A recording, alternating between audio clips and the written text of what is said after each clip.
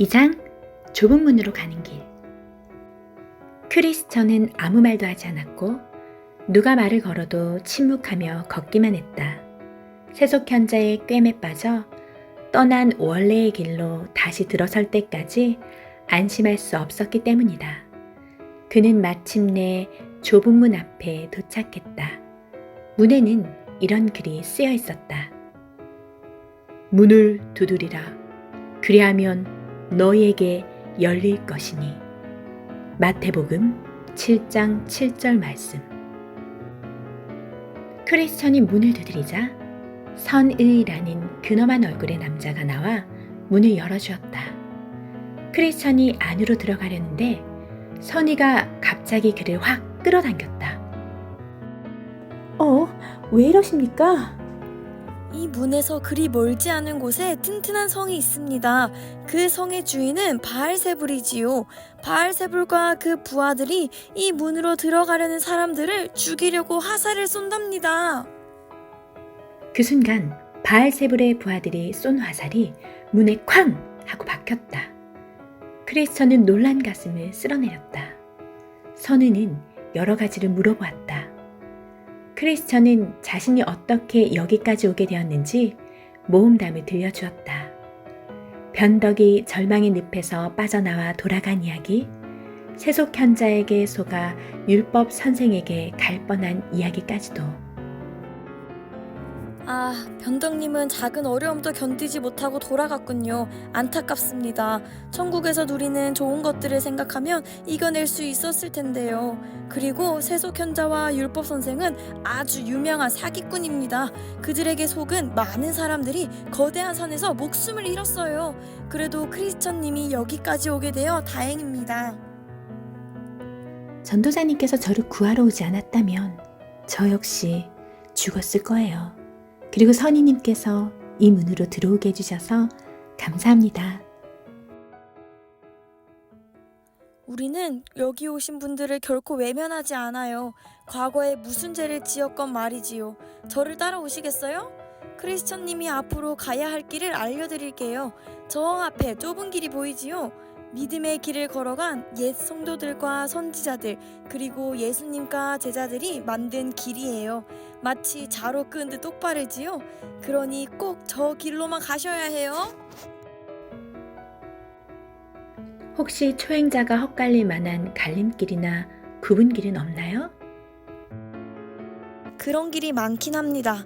하지만 모두 구불구불하거나 넓은 길이에요. 그래서 옳은 길과 그릇된 길을 쉽게 구별할 수 있어요. 곱고 좁은 길만이 옳은 길임을 잊지 마세요. 크리스천은 다시 머뭇거리다 또 물었다. 선우님, 혹시 제 등에 진 짐을 벗겨줄 수 있습니까? 많이 힘들지요? 하지만 구원받는 장소에 도착할 때까지 견디셔야 해요. 거기에 다다르면 저절로 등에서 짐이 떨어져 나갈 거예요. 크리스천은 다시 여행을 떠날 채비를 했다. 구원받는 장소에 가면 짐을 벗을 수 있다는 희망에 마음이 부풀어 올랐다. 선우는 조금만 가면 해석자의 집이 나오니 거길 들르라고 했다. 해석자는 순례길에 도움이 될 만한 것들을 보여줄 것이라고 덧붙였다. 해석자의 집에서 본 것들.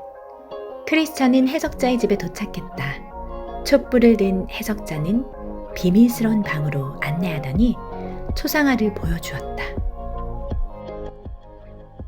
이 그림은 세상에 둘도 없이 고귀한 예수님의 초상화입니다. 이분을 잘 보세요. 눈은 하늘을 향해 있고 손에는 귀한 책이 들려있지요. 이분은 어두움을 몰아내고 우리에게 진리를 보여주십니다. 이 그림을 보여주는 이유는 예수님이야말로 유일한 안내자이기 때문이에요. 크리스천님의 여행 중에 만나게 될 어려움을 잘 이겨내도록 예수님이 도와주실 거예요. 그러니 사망의 길로 이끄는 자들의 꿰매 넘어가지 않길 바랍니다. 먼지 쌓인 방. 해석자는 크리스천의 손을 잡고 아주 큰 방으로 안내했다. 방에서는 한 하인이 빗자루로 바닥을 쓸고 있었는데 먼지가 얼마나 많이 일어나는지 크리스천은 질식할 것 같았다. 콜록콜록. 크리스천은 기침을 하며 손을 휘저었다. 그러자 해석자는 옆에 있던 소녀에게 물을 뿌리라고 했다. 소녀가 물을 뿌리자 먼지는 곧 가라앉았고 방을 깨끗이 치울 수 있었다. 이 방은 복음의 은혜로 깨끗이 씻은 적이 없는 마음을 의미해요. 처음 방을 쓰기 시작한 하인은 율법입니다. 물을 가져와 뿌린 소녀는 복음이고요. 하인이 방을 쓸자말자 먼지가 사방으로 날려 숨이 막혔죠. 먼지가 몸에도 묻게 되었고요. 이처럼 율법은 죄를 알려주어 죄를 짓지 못하게 도와주기는 하지만 죄를 없애주지는 못해요. 게다가 율법의 잣대를 들이대면 오히려 죄의 노예로 살게 된답니다. 크리스천은 해석자의 말에 고개를 끄덕였다. 그러면 물을 뿌리는 건 무엇을 의미합니까? 물을 뿌리니까 방 안이 깨끗해졌지요? 먼지가 날리지도 않고요. 이것이 복음의 능력이에요. 사람이 복음을 받아들이면 믿음을 통해 죄가 뿌리 뽑혀 사라지고 영혼이 깨끗해진답니다. 영광의 왕이 거하시기에 적합한 상태가 되는 거지요. 두 아이의 방. 해석자는 크리스천의 손을 잡고 작은 방으로 안내했다. 방에는 두 아이가 앉아 있었다. 형의 이름은 정욕이고 동생의 이름은 인내였다. 정욕은 얼굴에 못마땅한 기색이 가득했지만 인내는 아주 조용하고 차분해 보였다. 두 아이의 아버지가 내년에 가장 좋은 선물을 줄 테니 기다리라고 했지요. 그런데 정욕은 당장 달라고 떼를 쓰고 있고 인내는 기꺼이 기다리고 있습니다. 그때 웬 남자가 보물이 담긴 자루를 정욕의 발 밑에 쏟았다. 정욕은 얼른 보물을 움켜쥐고 나가더니 흥청망청 써버렸다. 보물은 곧 없어지고 남은 건 낡은 천 조각뿐이었다. 해석자가 설명해 주었다. 두 아이는 두 종류의 사람을 말합니다. 정욕은 눈에 보이는 이 세상에서의 삶만 생각하는 사람이고 인내는 하나님 나라를 생각하는 사람이지요. 정욕은 눈앞에 보이는 이익을 좋아해서 지금 당장 좋은 것을 다 가져야 만족합니다. 정욕 같은 사람은 아버지가 약속한 때까지 기다리지 못해요. 금세 모든 재산을 탕진해버리고 이 세상 끝에서 망하고 말 거예요. 크리스천이 고개를 끄덕이며 말했다. 그렇다면 인내가 지혜로운 사람이군요. 인내는 앞으로 가장 좋은 걸 누릴 테니까요. 인내는 가장 좋은 선물을 받게 될 겁니다. 보이는 것은 잠깐이지만 보이지 않는 것은 영원합니다. 하지만 우리는 눈에 보이는 것에 끌리기 때문에 자꾸 보이지 않는 것을 멀리하게 되지요. 벽난로의 비밀. 해석자는 크리스천의 손을 잡고 불이 타오르는 벽난로로 데려갔다. 난로 옆에서 어떤 사람이 불을 끄려고 계속 물을 부었지만 신기하게도 불은 점점 더 활활 타올랐다. 크리스천이 물끄러미 불을 바라보며 혼잣말을 했다. 정말 신기한 일이네. 해석자가 설명했다. 여기엔 비밀이 있어요. 불길은 하나님이 사람의 마음 안에 부으시는 은혜를 의미합니다.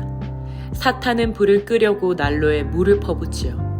그러나 사탄이 아무리 방해해도 불은 더 뜨겁게 타오릅니다. 그 이유를 알려드릴까요? 해석자는 크리스천을 벽 뒤로 데려갔다. 거기엔 한 사람이 기름통을 들고 계속 기름을 붓고 있었다. 기름을 넣고 있는 분이 예수 그리스도이십니다.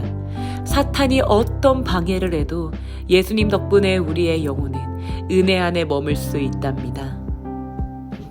아름다운 궁전. 해석자는 다시 크리스천의 손을 잡고 웅장하고도 아름다운 궁전으로 안내했다. 궁전 위에는 황금빛 옷을 입은 사람들이 돌아다니고 있었다. 궁전 입구에는 한 남자가 책상 위에 장부를 펴놓고 궁궐에 들어가려는 사람들의 이름을 기록하고 있었다. 그 주위로는 중무장한 군인들이 지키고 있어 분위기는 삼엄했다. 궁전 문 앞에는 많은 사람들이 모여 있었는데 모두 쭈뼛거리기만 했다. 저 군인들 때문에 들어가기가 겁나. 읍스. 너무 무서워. 차라리 안 들어가는 게 낫겠어. 사람들은 서로 수군거렸다. 그때 매우 용감해 보이는 한 남자가 장부를 기록하던 남자에게 다가가 내 이름을 적어주십시오 하고 큰 소리로 말했다. 그가 이름을 적자 남자는 투구를 쓰고 검을 뽑고서는 무장한 군인들을 향해 달려갔다. 그러나 쿵 소리와 함께 그 남자는 뒤로 나가 떨어지고 말았다. 그런데도 그는 다시 일어나 군인들을 향해 더 맹렬히 달려가 검을 휘둘렀다. 그는 상처를 많이 입었으면서도 한 걸음씩 궁전을 향해 나아갔다. 그때 궁전 안에 있던 사람들이 기뻐하며 큰 소리로 외쳤다.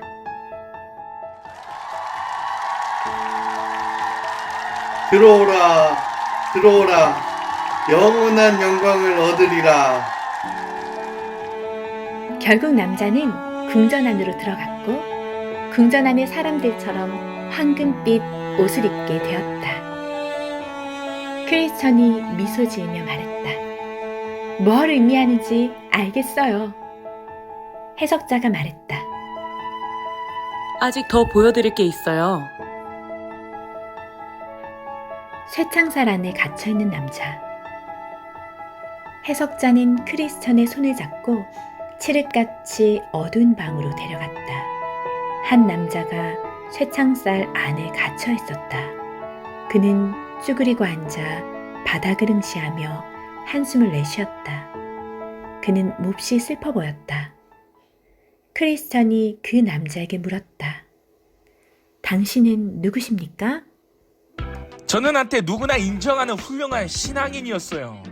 당장이라도 천국에 들어갈 자격이 있다고 자부했습니다. 그런데 지금은 절망 그 자체입니다. 절대 여기서 빠져나갈 수 없을 거예요.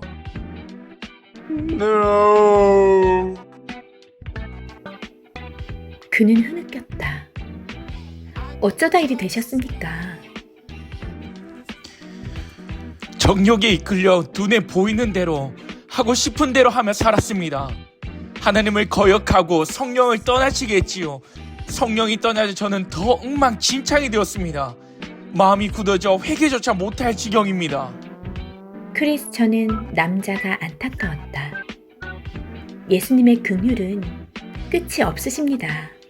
지금이라도 회개하고 돌아오세요. 늦지 않았어요. 하나님은 제 회개를 거부하실 거예요. 저는 그렇게 믿어요. 그래서 이젠 성경 말씀을 봐도 더 이상 믿어지지가 않아요. 저에게는 희망이 전혀 없습니다. 영원히 이 불행 속에 허덕일 운명이에요. 그 남자는 다시 바닥을 응시하며 한숨을 쉬었다. 해석자는 나직하게 이야기했다. 크리스천님, 이 사람의 모습을 기억하고 교훈으로 삼으세요. 크리스천은 이 사람처럼 절망에 빠지지 않게 기도해야겠다고 다짐했다. 해석자는 크리스천을 다른 방으로 인도했다. 바들바들 떨고 있는 남자. 방에는 방금 잠에서 깨어난 사람이 있었는데 그는 침대에 앉아 몸을 부르르 떨었다. 그 남자는 말했다. 잠을 자다 꿈을 꿨어요. 하늘이 어두워지더니 천둥과 번개가 무섭게 내리쳤습니다. 너무 무서웠어요. 구름이 빠르게 몰려왔고 구름 속에서 나팔 소리가 들려왔지요. 그때 죽은 자들아 일어나 심판을 받으라 라는 소리가 울려 퍼졌어요. 그 소리와 함께 무덤이 열리더니 죽은 사람들이 일어나 걸어 나오지 않겠어요? 사람들은 비명을 지르며 숨기 바빴습니다. 다시 가라지와 죽정이와 지푸라기는 모아 불못에 던져버리라는 소리가 들렸습니다. 그 그 순간 깊은 구덩이가 열리더니 엄청난 불과 연기가 뿜어져 나오는 거예요. 땅이 갈라진 듯한 굉음이 들렸어요. 그리고 알고 그 모아 곡간에 들이라는 소리가 들리자 사람들이 하늘로 올라갔어요. 저는 숨을 했지만 그럴 수 없었어요. 구름 위에 앉은 분이 저를 보고 계셨기 때문입니다. 제가 지은 죄들이 생각나고 양심이 저를 짓눌렀습니다. 꿈일 뿐이잖아요. 꿈인데 그렇게 두려웠습니까? 저는 전혀 준비되지 않았다는 걸 깨달았어요. 저를 보시는 재판장님의 서슬퍼런 눈을 절대 잊지 못할 것 같아요. 방을 나서며 해석자가 크리스천에게 물었다. 이런 일들을 생각해 본 적 있습니까? 네, 그때마다 소망이 생기기도 하고 더럽 겁이 나기도 합니다. 이 일을 잘 기억해 두세요. 성령께서 당신과 함께 하시며 지켜주실 겁니다. 크리스천은 해석자에게 작별 인사를 하고 다시 길을 떠났다.